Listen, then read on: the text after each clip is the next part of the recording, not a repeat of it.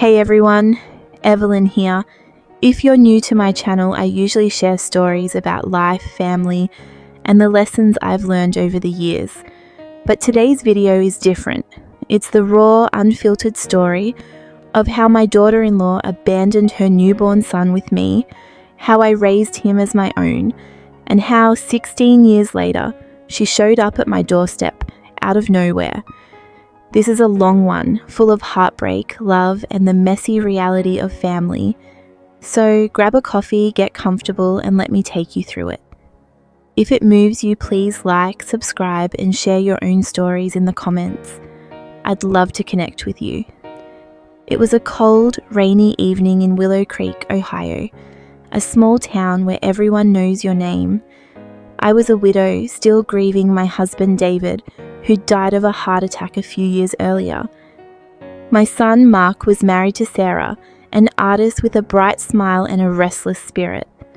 They'd been high school sweethearts, and when their son Tommy was born, my first grandchild, I thought life was as good as it gets.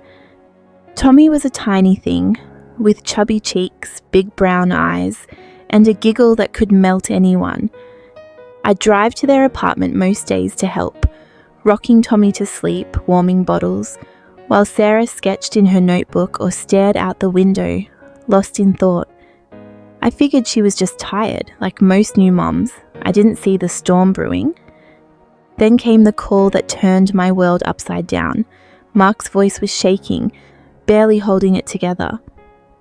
"Mom, she's gone. Sarah's gone." I raced to their apartment, my heart pounding. Mark was crumpled on the couch, clutching a note. It read, "I'm not cut out for this. The crying, the responsibility, it's too much. I'm sorry. Please take care of Tommy." That was it. No goodbye, no number, no hint of where she went. Tommy was asleep in his crib, his tiny chest rising and falling, oblivious to the fact that his mother had walked out into the night. Mark was a mess, calling her friends, her distant cousins, even her old art teacher, anyone who might know something. Nothing. Her phone was disconnected, her social media accounts deleted. It was like she'd erased herself. We hired a private investigator with what little savings we had, chasing rumors of a bus to New York, a sighting in Chicago. But Sarah was a ghost. The police said she was an adult who chose to leave, nothing they could do. Mark filed for divorce, citing abandonment, and got full custody of Tommy. But with his job at the auto shop demanding long hours to keep the bills paid, he couldn't raise a baby alone. "Mom," he said, tears in his eyes, "I need you." How could I say no? Tommy was my blood, my heart. I moved him into my little 2-bedroom house, a cozy place filled with memories of David and faded photos of happier times. That first night, I rocked Tommy to sleep, whispering, "We're gonna be okay, little man. Nana's got you." But inside, I was scared. I was a grieving widow on Social Security and a part-time library job. How was I going to raise a baby? Those early years were exhausting. Tommy was fussy, crying for a mother he'd never know. I'd hold him close, singing folk songs my mother taught me until he drifted off. Money was tight. My checks and library wages barely covered diapers and formula. Mark helped when he could, but Sarah's betrayal broke him. He'd spend nights drinking whiskey, staring at old wedding photos, trying to understand why she left. I threw myself into raising Tommy, learning to navigate sleepless nights and endless diaper changes. By the time he was toddling, he was a whirlwind, chasing fireflies in the backyard, calling me Nana Eve in his lispy voice. I enrolled him in preschool, where he made a best friend, Ethan, a shy kid who loved dinosaurs as much as Tommy did. I'd sit in the back at parent events, the only grandparent in a room full of young mums and dads, pretending it didn't sting when kids asked Tommy, "Where's your real mom?" He'd shrug and say, "I got Nana." But I saw the questions in his eyes. One day he asked me directly, "Nana, why doesn't my mommy want me?" My heart shattered. I knelt down, looked into those big eyes and said, "Your mommy loves you, Tommy," but she had to go find herself. Sometimes grown-ups need time, but I'm here and I'll always be here. It was a half-truth to protect him, but it weighed on me. What kind of woman leaves her child without a word? Life found a rhythm. I taught Tommy to tie his shoes, cheered at his soccer games, even when he tripped more than he kicked, and packed his lunches with notes. "You're my favorite artist, Tommy." We had traditions. Saturday pancakes with blueberry smiley faces. Summer nights stargazing, where I'd weave stories about constellations and brave nights. When he started school, I helped with math homework, though I was rusty, and drove him to art club, where he discovered a talent for sketching landscapes, just like Sarah used to. It was eerie, seeing her gift in him, but I never mentioned her name. Mark started to heal after a while. He met Lisa, a kind nurse with a warm laugh, and they married. They had 2 daughters, Mia and Sophie, and Tommy loved being a big brother.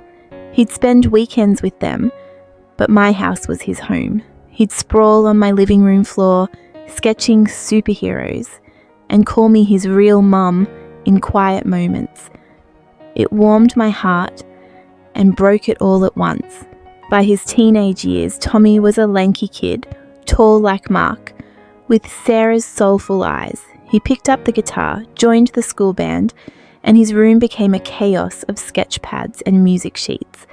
He was a good kid, but teenagerhood brought challenges. He got caught sneaking out to a party, coming home smelling of cheap beer. We had our first big fight. "You're not my mom," he yelled, slamming his door. It hurt, but I gave him space. The next morning, he shuffled into the kitchen, mumbled an apology, and we made pancakes like always. In high school, he dreamed of art school, maybe in a big city. I started a savings fund, tucking away every spare dollar. He joined the art club, where he met Lily, a girl with purple streaked hair who loved watercolors. He'd blush talking about her, and I'd tease him gently, cherishing these fleeting moments of his youth. But the questions about Sarah lingered. He found an old photo of her in the attic, a candid from her wedding day, laughing with paint on her cheek. "Is this her?" he asked. I nodded. He stared at it for a long time. "Do you think she ever thinks about me?" I didn't know how to answer. I said she probably did, but deep down I wasn't sure. Sarah was a shadow we rarely mentioned.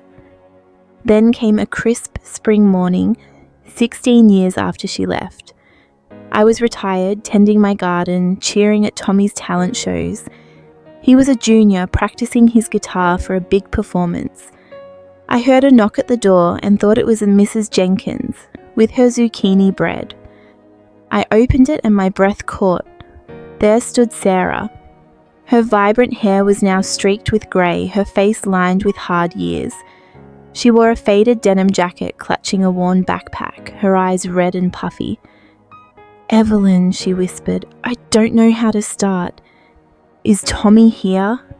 I froze, my hand on the doorknob. Anger, disbelief, pity, it all crashed over me. "Sarah, what are you doing here after all this time?" I snapped. She flinched, tears spilling. "Please," she said, "I just want to see him. I need to explain." I wanted to slam the door to protect Tommy from the woman who'd shattered his world. But something stopped me. Maybe the grandmother in me, or the fact that Tommy had been asking about her lately, searching for answers I couldn't give. I took a deep breath and called upstairs. "Tommy, come down, someone's here."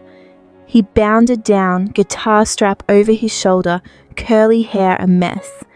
When he saw Sarah, he stopped dead. "Who's this?" he asked, looking at me. Sarah stepped forward, hands trembling. "Tommy, it's me, your mom. I'm so sorry. I never stopped loving you." The room went silent. Tommy's face shifted, shock, confusion, anger. "You left me," he said, his voice raw.